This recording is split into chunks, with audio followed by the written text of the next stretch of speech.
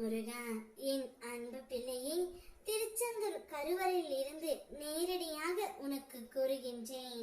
பெரும் மகிழ்ச்சி ஒன்று உனக்காக காத்து கொண்டு இருக்கின்றது. எவ்வளவு தான் நான் மன கஷ்டம் தாங்க முடியும்? என் துன்பம் எப்பொழுதுதான் முடியும்?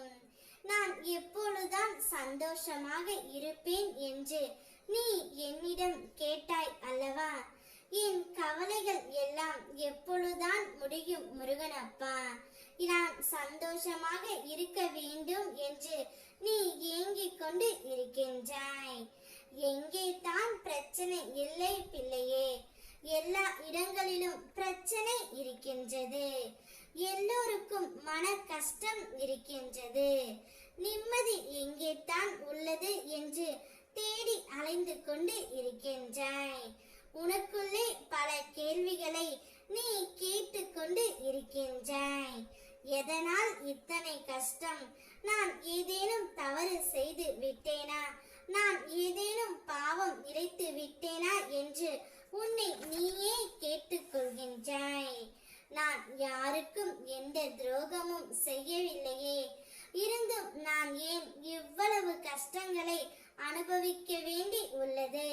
வாழ்வதா வீழ்வதா என்று கூட எனக்கு தெரியவில்லை என்று உனக்குள் நீ பல கேள்விகளை கேட்டுக்கொண்டு இருக்கின்றாய் பிள்ளையே. அடுத்தவர்களால் ஒருபோதும் நன்மை இல்லை என்பதை உணர்த்தவே அவர்களின் சுய ரூபத்தை நான் உனக்கு வெளிப்படுத்தினேன். ஆனால் நீயோ வெகுளியாக இருந்து விட்டாய். உனது அன்பு குணத்தை, அப்பாவி தனத்தை அவர்கள் பயன்படுத்தி கொண்டார்கள். நம்பிக்கையையும் நீ இழந்து விட்டாய். இப்பொழுது அந்த கெட்ட காலங்களை நினைத்து பார்க்க வேண்டாம் பிள்ளையே. காலங்கள் மாறி விட்டன.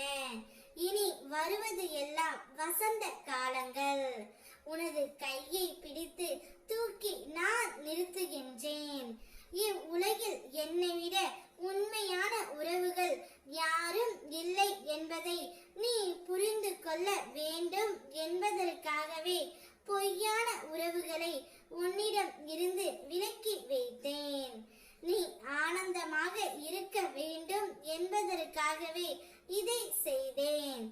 ஆனால் நீ இவ்வளவு கஷ்டங்களையும் கண்ணீர்களையும் வீணாக வடிக்கின்றாய்.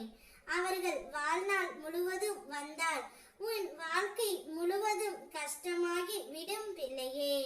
உனக்கு ஆனந்தம் தருவதற்காகவே தான் நான் உன்னிடம் இருந்து அவர்களை விலக்கி வைத்தேன்.